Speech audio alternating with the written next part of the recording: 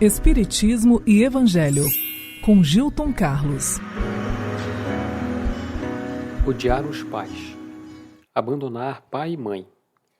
Não vim trazer paz, mas a espada, a guerra, a divisão. Deixar os mortos enterrarem seus mortos. Essas palavras são de Jesus. Vamos entender. Eu sou Gilton Carlos e aqui no Espiritismo e Evangelho nós falamos a você que gosta das ideias espíritas, dos temas que são de interesse da alma humana e sempre do Evangelho de Jesus. Hoje vamos falar nesse episódio sobre ensinos estranhos, por 1/4 de hora.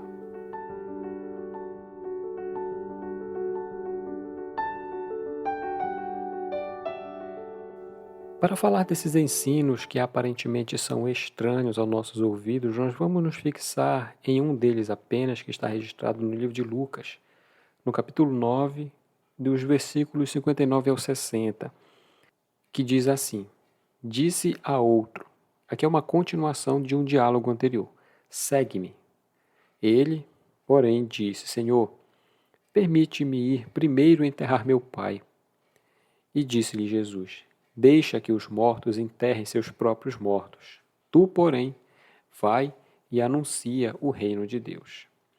A estranheza principal aqui é que, de pronto, nós imaginamos que esse candidato ao discípulo tem o seu pai num velório ou prestes a morrer. E Jesus chama ele para o trabalho, mas avisando ao Cristo de que está nessa situação, pede para ir lá primeiro e depois vir. E Jesus como que nega ou não concorda com essa atitude, usando essa expressão, deixar os mortos enterrar os seus mortos. A princípio parece que ele desprezou aquele cuidado inicial do sepultamento de um ente querido. Mas dentro desse contexto aqui nós vamos entender o que isso significa e também, de certa forma, quais são as implicações nas outras passagens em que aparentemente esses ensinos são estranhos ao que é de regra no ensino de Jesus. Quando nós chamamos de estranho, é porque essas palavras elas fazem um contraste tão grande com o modo habitual de falar do Cristo, que instintivamente, mesmo não tendo muito estudo, a gente não consegue aprofundar, mas a gente repele esse sentido literal, porque nós sempre comparamos com aquela sublimidade da doutrina do Cristo, que com isso faria ela sofrer algum dano, uma mácula. Então, deve haver mais alguma coisa que a gente não consegue perceber quando olha apenas a literalidade da frase. Em casos como esse, o sentido primitivo da palavra, passando de uma língua para outra, sofre alteração. Nestes exemplos, nos exemplos da abertura, em que ele coloca odiar os pais, quando ele fala da espada, da guerra, ou como nesse exemplo, quase um desprezo por aqueles que já morreram. Do que nós entendemos ser Jesus, aqui no Espiritismo e Evangelho, lá no feed, tem um episódio exclusivo sobre Jesus que dá para entender melhor o que ele representa para nós. Então, tendo isso em mente, assim que eu concluir esse aqui, você pode voltar lá, esse sentido não pode fazer parte de sua doutrina. Então, qual é a chave para entender? Duas eu vou apresentar, a língua grega e a cultura oriental. Nesse contexto, qual é o significado destas palavras? Essa é a pergunta que nós devemos nos fazer antes. No contexto, qual o significado da palavra? A este particular, Kardec chama a atenção no Evangelho segundo o Espiritismo, quando trata desse capítulo, é o de número 23, ele escreve assim, cumpre ao demais ter atenção aos costumes e ao caráter dos povos, pelo muito que isso influi sobre o gênio particular de seus idiomas. Sem esse conhecimento, frequentemente se escapa o verdadeiro sentido de certas palavras. Por isso é que uma tradução rigorosamente literal nem sempre exprime perfeitamente o pensamento, e que, para manter a exatidão, às vezes tem que se empregar não termos correspondentes, né, mas outros equivalentes ou perífrases ou até mesmo notas explicativas. Se isso não for levado em conta, se o contexto em que Jesus vivia não for levado em conta, a gente fica exposto a estes equívocos sobre quais são os equívocos? Sobre o valor de certas expressões e de certos fatos. Para melhor entendermos esta passagem a qual vou me deter, vou utilizar aqui como referência um trabalho, da minha opinião, um dos melhores sobre o estudo cultural do Evangelho, é As Parábolas de Lucas, de Kenneth Bailey. E nesse trecho, ele explica e também adiciona o caráter pessoal do que ele já viveu e nos facilita o entendimento acerca do que nós estamos comentando. Então, nesse trecho que ele comenta, né, disse o outro, segue-me, disse a outro, Jesus fala, segue-me, e ele diz, Senhor, permite-me ir primeiro enterrar meu pai. E Jesus lhe fala, deixa que os mortos enterrem seus mortos, agora tu vai e anuncia o reino de Deus.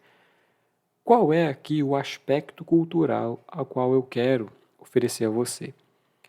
É essa expressão, permite-me ir primeiro enterrar meu pai.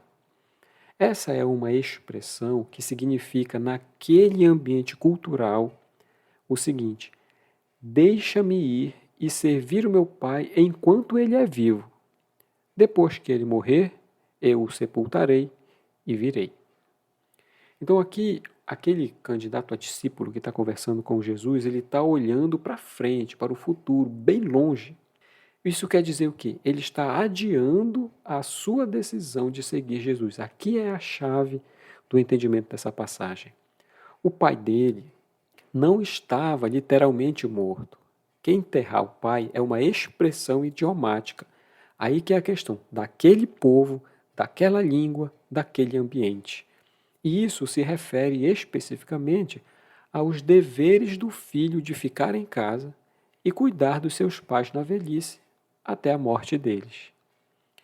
Ele também adiciona, nesse trecho do seu livro, a sua experiência particular, porque diz ter presenciado inúmeras vezes o uso desse coloquialismo. É na seguinte situação: uma pessoa, ele presenciando isso, tá? Uma pessoa pergunta a outra, essa outra pessoa de mais ou menos 30 anos de idade, diz ele. E essa pessoa, então, ela pensa em emigrar para outro país, se mudar. E houve a seguinte pergunta, mas você não vai enterrar os seus pais antes? Ou seja, você vai se mudar agora, não vai cumprir o seu dever tradicional de tomar conta dos seus pais até a morte deles? Essa é o fundo da pergunta. Percebam que com esse significado cultural, como pano de fundo, o trecho do Evangelho toma novos tons. O que há por trás é, culturalmente, lá, é costume que os filhos fiquem em casa até a morte dos seus pais. Essa é a expectativa da comunidade, é a expectativa da sociedade. É quase uma pressão para o filho. É como se dissesse, sabe, como se esse candidato, né, discípulo que está conversando com Jesus, falasse o seguinte: sabe, o Senhor sabe o que esperam de mim, que é o que eu fique com meus pais. Assim, deixe que eu atenda a isso primeiro e depois eu lhe procuro. Então a cultura, naquele momento, que está nele, né, nesse candidato a discípulo e também na comunidade, que não conseguia enxergar a vida espiritual que se lhe apresentava em Jesus, o põe nessa situação de decidir se ele vai ficar com a tradição ou se ele vai seguir com aquela novidade que Jesus trazia. Daí, Jesus joga, ou o evangelista, né, Lucas, joga com as palavras aqui, chamando-os de mortos, isso é, que cuidassem dos seus valores presentes como lhes aprovessem. Agora, aquele candidato, a hora dele havia chegado. Então, fundamentalmente, o que é que o discípulo faz? No fundo, com a resposta que ele está dando, ele está se justificando. ele está adiando a adoção dos valores que Jesus lhe oferece, postergando seu aceite, impondo condições. No fundo, embora sinta a atração que Jesus representa, embora ele sinta aquele chamado, ele não quer ir. Aqui, vamos trazer essa situação deste candidato a discípulo relatado no Evangelho para a nossa própria vida. Será que muitas vezes também não nos comportamos assim? Será que não ficamos adiando a nossa resposta ao Cristo? E mais, tentando justificar a nossa própria consciência. Quando é que definitivamente assumiremos o compromisso de viver os valores da humildade, da caridade, da bondade, do perdão, etc., essência dos ensinos do Cristo? Ele, presencialmente, como nesta passagem, não está a nos chamar. No entanto, por todas as experiências que nós vivemos, na dor e na alegria, será que não é Ele a nos convidar para também falar do Evangelho, mas com nossas próprias vidas, não em peregrinações, atravessando cidades, mas no círculo de convivência que a vida nos colocou, no ambiente em que o nosso plano reencarnatório nos colocou? Pense nisso. Esse adiamento da nossa decisão, poderia eu dizer, é quase coisa comum. E muitas vezes, ainda, isso é demonstrado por uma simples palavra. A palavra é mais. Esse é o comentário que Emmanuel faz no livro Pão Nosso e coloca como o nosso hábito de posicionar uma simples palavra de 3 letras nos define a posição diante de Jesus. Porque um candidato a discípulo aplicado, ele afirma da seguinte maneira: eu mesmo não tenho nada, mas Jesus vai me suprir com os recursos de acordo com as minhas necessidades. Ou então diz: eu não tenho um perfeito conhecimento do caminho que devo seguir, mas Jesus me conduzirá. Já o aprendiz preguiçoso e indeciso, ele diz assim: eu acredito na bondade de Jesus, mas não tenho forças para o trabalho cristão.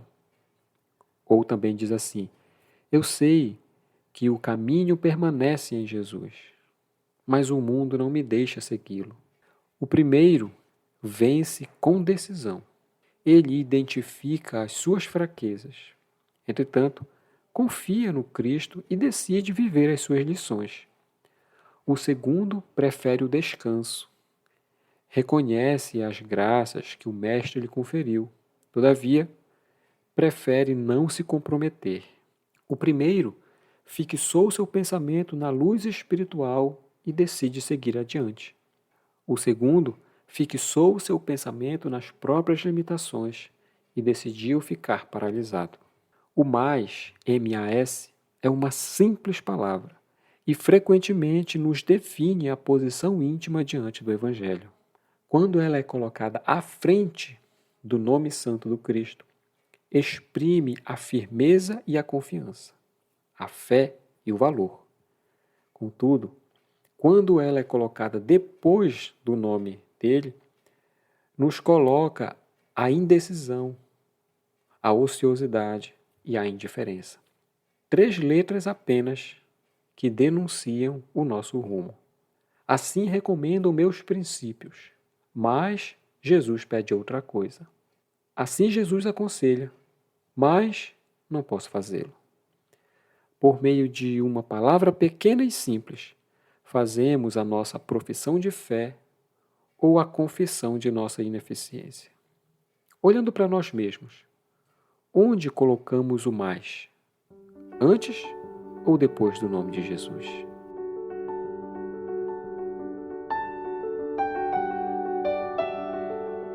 Gente, muito obrigado mais uma vez por estar comigo por esses minutos.